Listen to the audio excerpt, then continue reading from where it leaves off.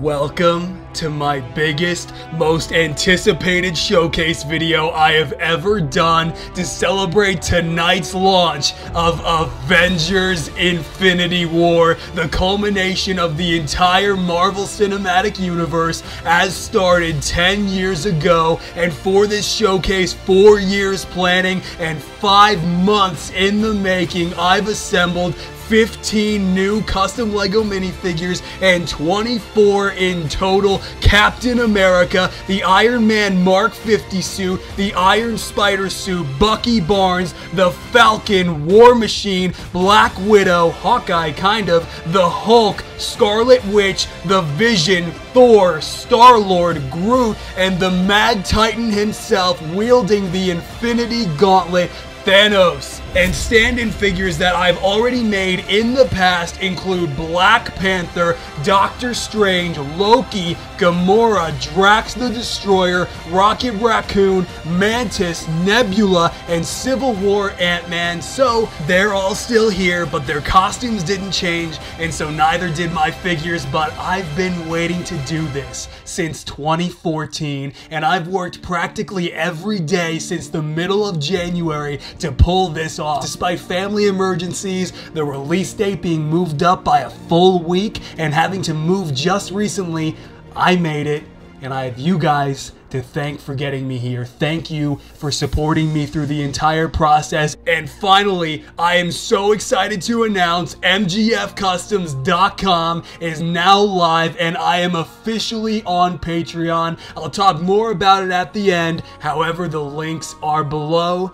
So, with all of that, here we go. Okay, so first up, Captain America. This figure is heavily inspired by my Civil War cap. I used a lot of the same designs here. However, of course, I did make the necessary design changes to update it for his appearance in Avengers Infinity War, obviously in the form of removing the star, painting a little bit of the scales and the torn areas of the suit, adding to my own dark blue highlights. I have my own 3D pouches and straps on the front and back of the torso. Every figure in this showcase, by the way, is almost entirely painted if it wasn't obvious already. You can see this time I did paint the arms to have the actual Avengers patches pretty much removed, even though they're not really even there at all, or the indentation of where they were in the movie. I decided it would still be cool to at least paint the spot where they used to be. And also, I do have a brand new fully painted face on Cap this time, which I'm pretty proud of. I even have some texturing running through the beard, and also I do have his actual wrists exposed there, along with detail painted onto both hands. And you can see connected to his hands are the 2 shields gifted to him by Black Panther, the 2 new black vibranium shields, and they were pretty much made out of standard Lego shields. I'm talking like the Knights shields. However, I did make the actual shield portions themselves out of styrene, and then I glued those to the handles of Lego shields. And then, of course, the legs fully painted. Again, only minor changes from the Civil War costume, since the suit really doesn't change all too much in Infinity War for the most part. And so again, just a lot of inspiration was taken from that figure for this one. So yeah, man, crazy to think this could be one of my last Chris Evans Captain America figures. Next up, the Iron Man Mark 50 suit, and as I think I made pretty clear in the intro, all of these figures were a lot of work. And so to ensure that I was able to post this video around the release of Infinity War, I actually outsourced some work to one of my closest friends and one of the best customizers in this community. My buddy Andrew over at AV Figures did handle some of the more complicated elements on a few of the minifigures that you'll see throughout this showcase, like like the wings on the Iron Man Mark 50, some other things on Black Widow and Thor that you will see later on, but I cannot thank him enough for all the work that he put into these. So one thing that I definitely had to make sure to do when making this new Iron Man suit was avoid using an Amazing Armory Mark 7 torso piece. And if you're not familiar with what these are, they are a custom cast version of the Avengers Mark 7 torso armor, and I kept repurposing it on every custom Iron Man minifigure that I had made from Iron Man 3 all the way to Spider-Man Homecoming, and it definitely had to end for Infinity War, especially because of how skin tight Tony's new suit is. The new bleeding edge armor is not bulky at all. However, in order to balance out the proportions of Lego's Iron Man helmet to the rest of the minifigure, I not only sanded down the sides of Lego's helmet, but I also sculpted on the shoulders and a little bit of definition onto the front of the torso just to make sure the minifigure still looked consistent, and I think it really worked out. The minimal sculpting work, I think, is what really keeps this minifigure still looking just as sleek as he appears in the movie. And I also found a non-toxic metallic red paint to use as the primary color for this minifigure, which was super important to me because that's something I always skipped out on previous Iron Man suits, and they always just kind of use Lego's standard base colors. Regardless, if we remove the helmet, you can see that not only have I kept Lego's new Infinity War Tony Stark head, just painted a red neck around it. This also includes the HUD on the other side, of course, but I actually painted in my own HUD as I've done on all my Iron Man suits, well, most of them. And you can see this time I've updated the design and I've used some metallic blues and some metallic reds as opposed to the standard matte red and blue colors that I've used on previous HUDs. And so I'm really happy with that update. But how did Andrew actually manage to pull this off, and how do they look so damn good? Well, Andrew actually designed them in Adobe Illustrator and then sent them to his laser cutter, a pretty complex process that I sure as hell would not have been able to pull off in my wildest dreams. But Andrew is an incredibly talented customizer, like I said, so he managed to make these look absolutely incredible. One hurdle that we did encounter, though, in making these was how they would actually be attached to the back of Iron Man. And so what I decided would be the safest bet to attach these to the back was to actually sculpt a base for them that the wings could then be attached into. Andrew did exactly that, and then I actually used a little cut up bit of Cape Madness fabric that I glued to the back, painted a metallic red, and it ended up being the perfect idea, and it completely worked. Both of us were a little bit skeptical on the idea, but we both knew it would be a safer bet than just gluing them to the back, because with the wrong amount of pressure, the wings would still break off.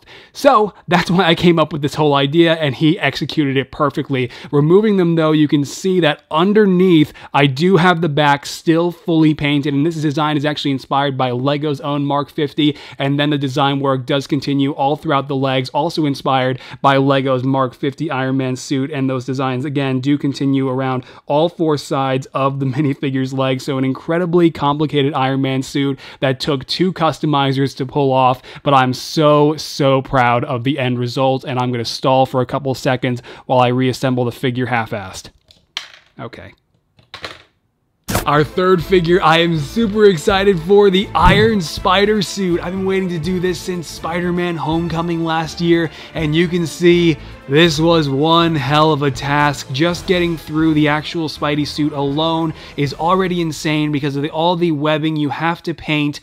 However, then came the actual pincers, and thank God for Mini-Mates, because once I got past all this incredibly time-consuming paint work with the metallic red, same metallic red I used on the Iron Man Mark 50 you just saw a second ago, by the way, and all the webbing and everything, the little, energy sources that you can see in the eyes and the webbing all around the head, all of it, I finally had to do the pincers, and again, thank God for Mini-Mates, because they make some pretty cool figures, and sometimes they make accessories that are to scale with Lego minifigures, and sometimes even compatible to the point where they actually have a very similar neck post and neck brace with actual pincers that can be I should move this. That can be individually attached into the back, so each one of these pincers can actually come out and be adjusted or repositioned, and it is just a fantastic piece. If you want to make your own Iron Spider suit, I highly recommend you pick up the Mini-Mates Iron Spider minifigure before doing so, because this entire apparatus is just fantastic,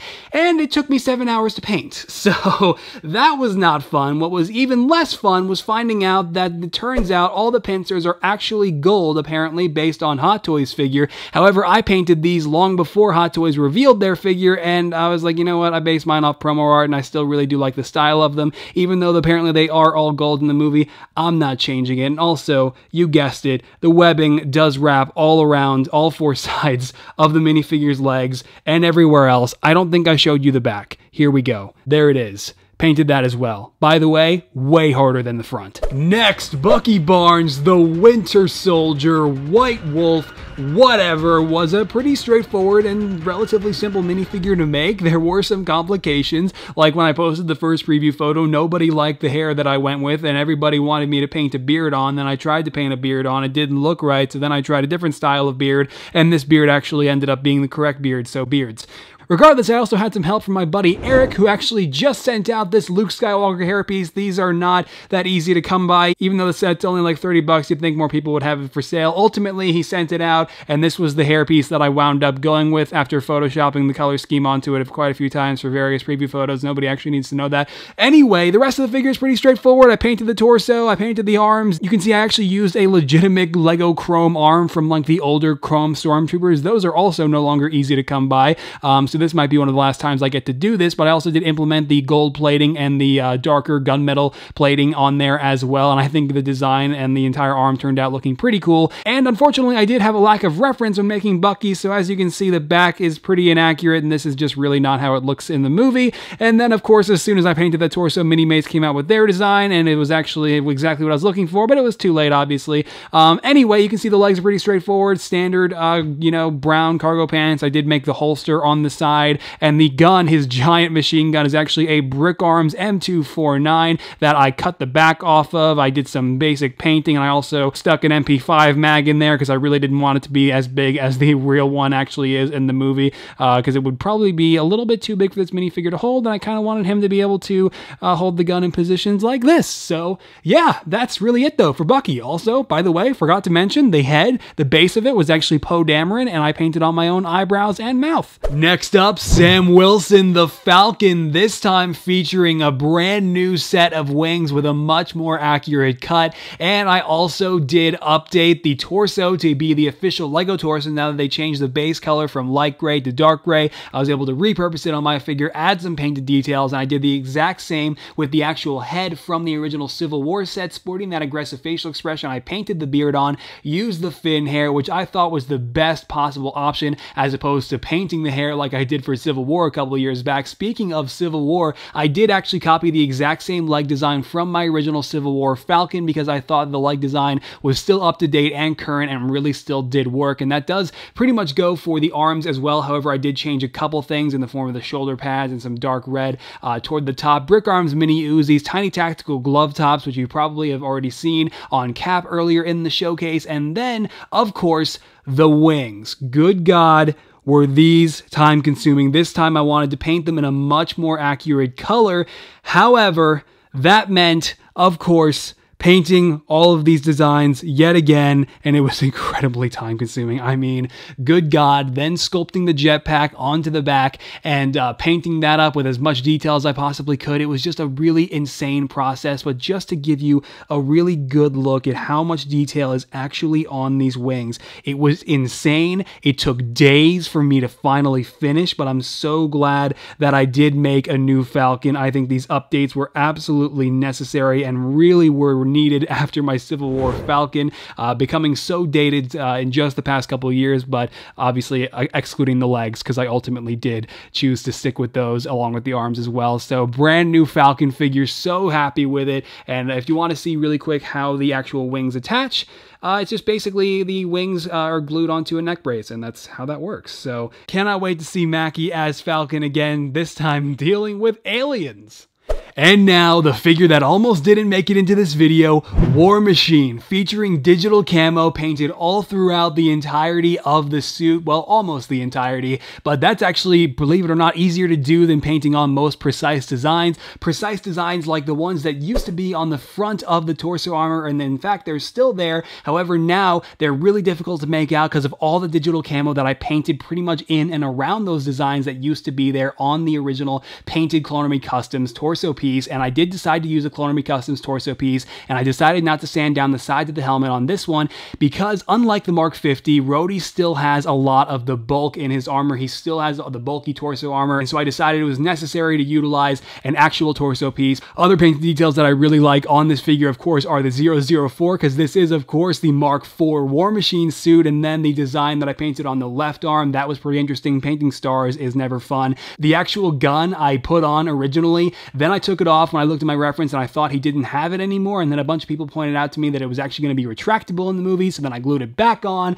It was a whole mess, but I managed to clean it up and paint the whole thing with a little bit more of a different paint job this time, with some red toward the edge and some silver and some other things that weren't there for the original Civil War version of this gun that I painted. And it's probably not overly accurate, but it was the best I can do. And if I'm honest, I'm not gonna lie, speaking of Civil War, I low-key decided to use the Civil War face mask because I couldn't get a new one in from Bricklink fast enough, and so I do have the outdated HUD design still painted into this one because this is the same face mask from War Machine 2 years ago. But Rhodey, there he is, Colonel James Rhodes. Not gonna lie, guys, I think Rhodey's time is up, and I'd be pretty surprised if he made it past Avengers 4. Next up, the new Black Widow minifigure, Andrew and I's second collab figure of this showcase, sporting her own custom batons. Just to get these out of the way, even though they are so awesome, you can see Andrew pretty much made his own handles for these, and then the rest is comprised of micro magnets. So not only are each one of those rings adjustable, but they can actually be connected to form the longer bow staff, which I think is just such a cool feature, and I'm so glad he was able to implement it and actually make it happen for this figure. But the rest you can see is pretty straightforward, all fully painted. My own custom painted green tactical vest painted onto an area-like curved torso, and the front is based off of Lego's design, the back is based off of the Hot Toys figure, and that does include the 3D baton holster pouch that she kind of has, like the backpack, which is super cool. But the hairpiece ended up being super controversial amongst a lot of people, which is totally fine. But ultimately, even after I tried a lot of alternative hair pieces to the custom sculpted one provided by Andrew here, I ultimately decided that this was really the one to go with because it does really capture the hairstyle. While it may not look like an actual Lego hairpiece, it is definitely more of Andrew's styles to sculpt hair pieces in this way, and I still think that it looks pretty cool, and so I decided to keep it. And you can see, however, the head is actually the same exact head that I did carry over from the Civil War Black Widow, this time with the blonde eyebrows. I brightened up the pupils a little bit, and I did repaint the lips again as well. And also you'll notice the 3D elements such as the tasers on her wrists, the tiny tactical glove tops, the holsters on the sides of her legs, all glued on and fully painted. But one of the more complicated accessories on this figure was definitely this strap, because you can see the strap that wraps around the entire figure was actually made from a cut up Cape Madness waist cape. And so I had to take an actual Lego waist cape like you would see on, you know, like Darth Vader or something. You've probably seen waist capes before, especially on my figures in the past, and I had to trim it down to basically become a strap that would wrap around the minifigure's legs in a slanted position. And so that was fun and definitely not easy, but I got through it and finally completed this figure thanks to Andrew and all of his help, and I think it turned out really awesome. Hey everybody, I found Hawkeye, or at least this is just my Civil War Hawkeye with a new head. Is it scummy of me that I consider this to be a new figure, just to kind of say I made 15? Anyway, you don't need me to tell you how noticeably absent both he and Ant-Man have been from Infinity War's marketing, but the Russos have a plan. Hawkeye's on his own adventure, and Jeremy Renner successfully covered up his Ronin costume on set, so this is all I had to go off of the Vanity Fair cover from earlier this year where he appeared wearing his Civil War suit with the new hairstyle. So that's pretty much what I did. I took my Civil War Hawkeye. I wouldn't change much on it even now, 2 years later. I think it's still a pretty snazzy figure. However, thanks to my buddy Andy, Delta Customs, who was also the one who recommended that I actually use the Iron Spider pincers from the Minimates figure, he recommended that I use this head from that collectible minifigures soccer series that was not available in the US for whatever reason. I didn't actually research it, I just ordered this head off Bricklink, and then I took a drill to a sleepy hairpiece, got rid of the sides, painted the sides onto the head, and new Hawkeye figure. I guess. All right, here we go with the Hulk, our big green Mark Ruffalo, probably the easiest big fig I've ever made. I literally did this in like 2 days, not even, because there just really isn't a whole lot to do. It's very, very simple in comparison to Gladiator Hulk that I did last year. That was 2 months of on and off work. This was 2 days of on and off work. So I started by taking some inspiration from my buddy Chris over on Instagram. I'll drop a link to his profile down in the description below. Incredible customizer, and I did exactly what he did by sanding the back of the hair before painting my own matte black color over it, and that also includes some gray highlights on the sides. And then I did fill in the arms, like the big arm sockets that big figs have. It's kind of like protocol now. It just looks better to have those areas filled in on the arms. I painted the pants. I painted every one of those tears pretty much all randomly. It's not that difficult for me to paint those on, and I painted some very simple detail on the pants that does go all the way around, and I pretty much painted whatever I could make out with the reference that I had, and I gave it a black wash, and that was it. I mean, there wasn't anything else to do, and yeah. That was it for the Hulk, man. I mean, it was pretty straightforward. Okay, so Scarlet Witch, one of the simplest figures in this video. Despite the detailed torso, I really wanted to improve upon my Civil War Scarlet Witch. While that one was okay, it was just really badly under-detailed, not too vibrant, and the face was really weird, so I wanted to fix all of that with this second version of the character. Obviously now sporting the lighter hair color that I did paint onto this hairpiece. Speaking of this hairpiece, it is really just not great for use on custom minifigures, because not only does it tear paint away if you don't properly sand the inside, but it really doesn't work well for painted faces, which is why I decided to not paint this face, and I actually used Jyn Erso's face, which was actually just recently used on Black Widow for the Infinity War sets, believe it or not.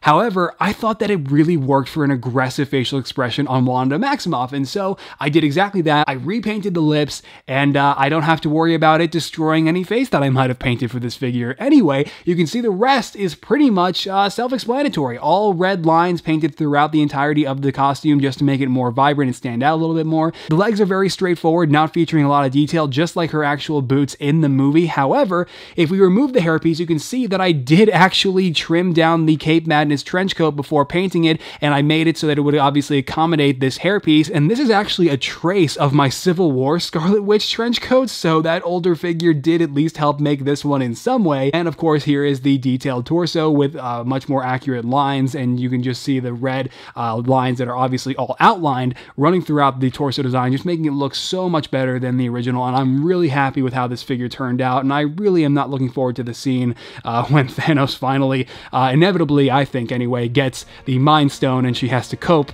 with whatever may happen to Vision. Speaking of the Vision, I didn't need to change the background, right? I mean, him and Wanda are kind of, it's fine. So anyway, this has got to be the best figure that I have made in this video, and just in terms of colors, because I'm so happy with how the magenta color that I was able to get through mixing contrast with the sand green of the body, and of course all the purple highlights that run throughout the design, the gold on the cape, just all of it. This has got to be the ultimate upgrade from my really crappy one that I did for Age of Ultron in 2015, a few years back.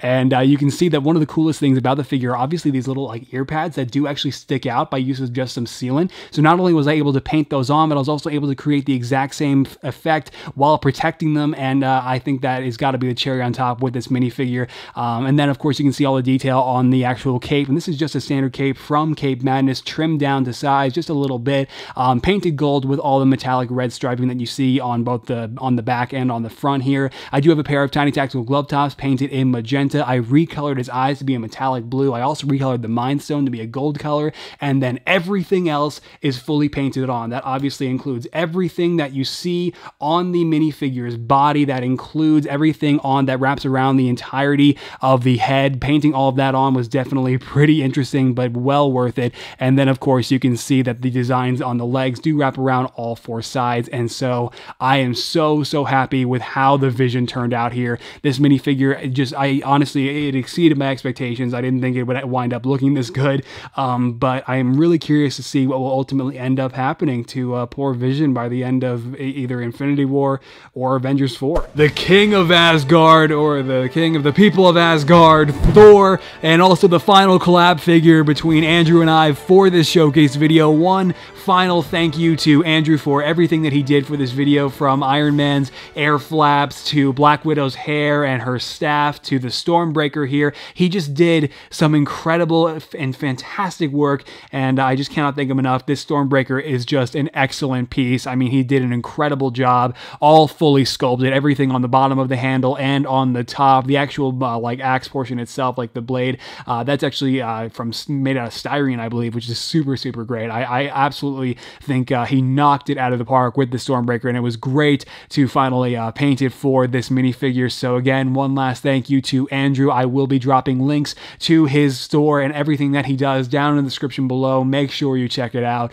And the rest of the figure is pretty straightforward, all fully painted. I bet you couldn't guess. I did take a similar approach with the hairstyle, like with the Thor Ragnarok version of this figure, sanded down the sides and also the top before painting it. That also included recoloring the actual hair on the face to match the hairpiece. And then of course this time I got to make and glue the eye patch on and paint that up, so that was pretty cool. And of course I do have the scar on there now. Was waiting to do that ever since I saw the ending of Thor Ragnarok. And then the cape is a couple of different Cape Madness capes, and however this time I did actually paint a little bit onto the back of this one. And so yeah, it's two capes glued together to make sure that the darker gunmetal cape here would not show through on the back here. So I think that definitely succeeded and looks pretty cool. My first time actually painting on muscle arms. Normally those would be printed, but this is my first time when I actually ran out of the printed muscle arms, so I'm painting them from here on out. But yeah, there he is. And our last actor, named Chris, our first member of the Guardians, Star-Lord, there he is. This is a really half-assed figure, and when I say half-assed, I mean half-assed for all the right reasons, because their costumes, the Guardians costumes, do not change from Volume 2 to Infinity War, even though 4 years has passed. It's kind of gross, but regardless, I had to translate that over onto my minifigure, and I feel like the Guardians 2 figures I made last year were practically made yesterday, because I mean, I don't know how May of last year was already like a year ago. I don't know what happened. So basically what I'm saying is I carried over the exact same pair of legs, the same blasters, and even the same helmet. So the only thing new here is the jacket, the arms, and the head. And it still works though, because I wouldn't change anything about this pair of legs, and I certainly would not have changed anything about these blasters or the helmet. Like I said, it feels like 2017 was yesterday, so I really wouldn't do anything differently here with those reused parts. And you guys over on Instagram seem to be okay with it for me to save time. So the face, however, is the brand new Owen face from the Jurassic World Fallen Kingdom sets, and I repainted the hair on it, the stash, and the sideburns, and that was 13 bucks on eBay to get it early that I'll never get back. But the jacket is a modified Cape Madness jacket. It started as a trench coat. Obviously, I trimmed it down to size to make it the jacket that you see. Obviously, this is the zipped up version of the jacket that I already did for Volume 2 last year, but of course, I do have the flap on the front, and it was a whole tedious process to get it to look like that. But ultimately, I managed to pull it off, and I got everything positioned just right, all the detail painted on, and I'm super, super happy with it. The arms are the exact same design from my Guardians 2 Star-Lord, and the same can be said for the back. I really meant it when I said I wouldn't really change much about the figure. I just wanted to make this new variant with the updated head. The final actual minifigure before we move on to the big guy with the gauntlet, Teenage Groot, was an incredibly time-consuming minifigure to make, painting everything on here line for line, every green tint, every bit of moss that you see, all fully painted by me, even these freaking rings on the top of the head, all fully painted, and it took quite a few days. One of the major things that I had to consider before making Teenage Groot was that I did not want to add anything to his body, and that means I didn't want to add any mass, any sculpting or anything that would bulk up the minifigure more than a standard like a minifigure already is, because in Infinity War, Groot is tall, thin, and lanky. There's no bulk on him in this movie, and so it really wouldn't make sense to add on any vines or any like bits of bark or anything like that. And so what I decided to do was engrave everything. So basically, I took a drill to the entire minifigure, the torso, the arms, the legs, pretty much everything except the belt. It even includes the eyes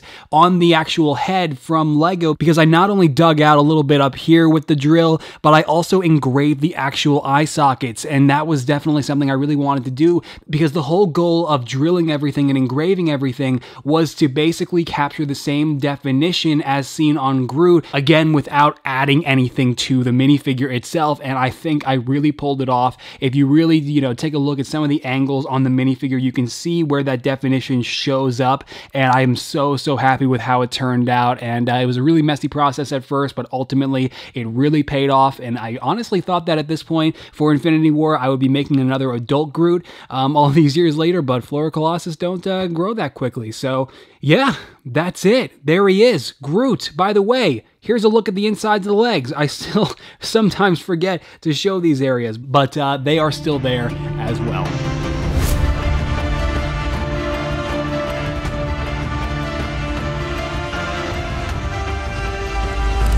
I always wondered what my Thanos Big Fig would look like 4 years later when it came time to finally make him for Avengers Infinity War. I certainly did not expect him to be bald, and I definitely did not expect him to just pretty much be wearing an armored tank top, but he's on a spiritual journey or something when obtaining the Infinity Stones, or at least that's what the Russo bros told us. So, given that this is his appearance for the majority of the film, this is of course the variation I decided to go with, as opposed to the armor he wears in the opening scene, and also as opposed to the flashback sequence which takes place about 2 decades or so before the movie. However, to get started, I immediately took inspiration from Chris McLovin's Thanos, which is incredible, with a light up Infinity Gauntlet, by the way. I think he set like the gold standard for what a Thanos Big Fig should look like, and so I took that and made my own version, as you can see here, as accurate as I could possibly make it, beginning with an Age of Ultron Hulk. So yeah, just to give you an idea of how much work went into this, it was originally the Hulk.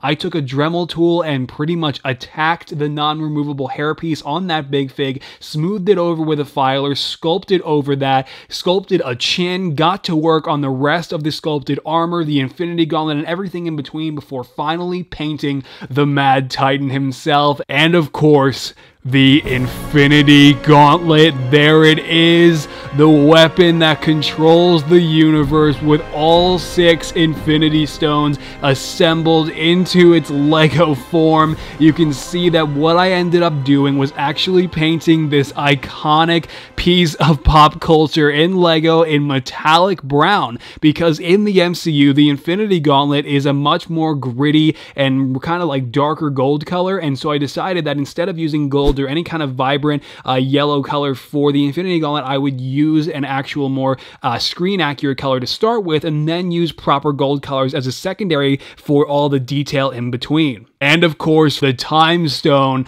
the Power Stone, the Space Stone, Reality Stone, Soul Stone, and the Mind Stone. Poor vision. But I definitely wanted to make sure these looked like the actual Infinity Stones and not just little painted colors. And so what I did was I pretty much took any kind of transparent Lego piece that had the color I was looking for, whether it was a lightsaber blade or a piece from a spring-loaded shooter. I got to work with a drill bit, tore it apart, and basically sanded up little pieces of them until I got the exact shapes of the Infinity Stones that I was looking for to be sculpted into the gauntlet itself. After the fact, I actually got the Mind Stone from a little pack of like gems that look exactly like this in a baggie, and surprisingly it was the exact size that I was looking for. It fit in place perfectly, but I am so satisfied with the Infinity Gauntlet and how it finally ended up looking in the end. But the rest of the Big Fig is pretty straightforward. You can see all the additional sculpting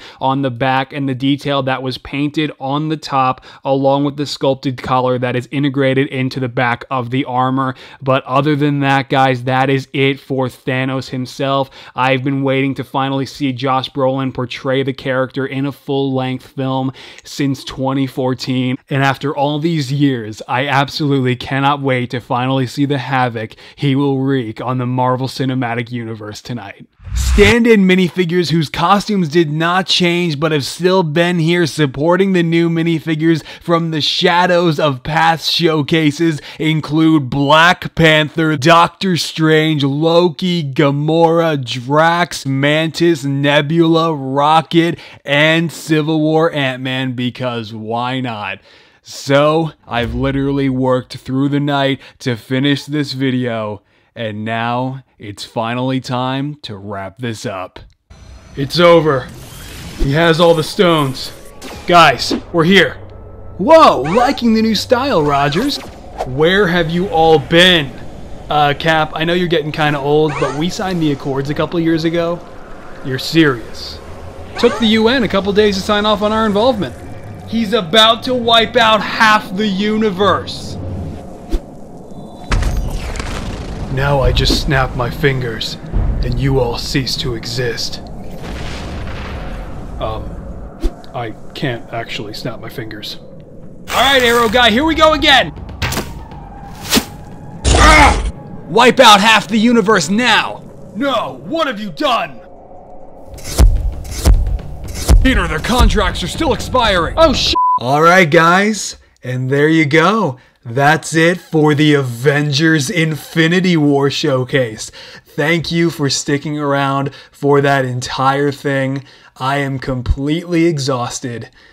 But now it's finally time to take this even further so that I can continue making custom minifigures into the far future. So with mgfcustoms.com now live, you'll soon be able to buy shirts, prints, and other stuff featuring my figures. And as much as I wish I could sell custom minifigures, these take an unbelievable amount of time to make. And I'm also a super sentimental guy, but hey, now with Patreon, you can gain access to all kinds of cool stuff early, like daily updates on new showcases, exclusive vlogs, behind the scenes photos and videos, access to my own personal roadmap of showcases into the next year. But please, don't feel pressured to take part if you really don't want to. Even $1 a month will get you access to a really good portion of it. Patreon is an amazing platform that keeps so many small creators like me going, and this is just my way of ensuring I'll always be able to paint many people into infinity. Sorry, that was really bad. But when the MCU started, I remember I just loved the first 2 Iron Man films, and I had no idea that they were building toward the Avengers and creating the Marvel Cinematic Universe until a friend of mine finally pulled me out of my Star Wars The Clone Wars bliss and got me to watch the first trailer. But I just remember being so surprised. Seeing them all in that one iconic shot for the first time changed the game for me. And I never would have thought that my first 2 custom Iron Man minifigures would have led to all of this. My own cinematic universe of MCU showcases. But I do think Marvel changed everything for everyone, and even if all of the Avengers don't make it past this film or the next, I think we're all going to be completely blown away by what we're about to experience. So, I'm going to head to the theater. Thank you for watching. And I'll see you on the other side. Alright, bye-bye.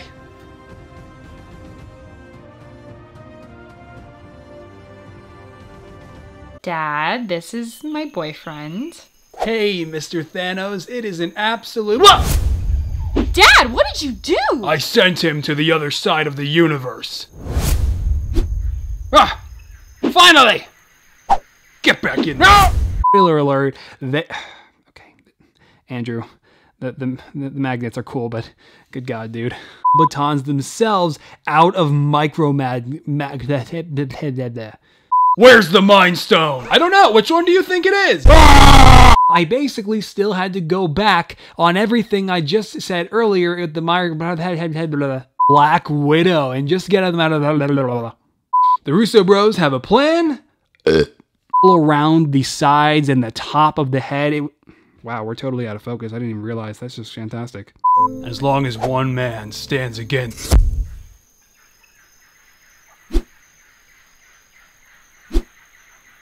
Wow, this contract expiration stuff is great.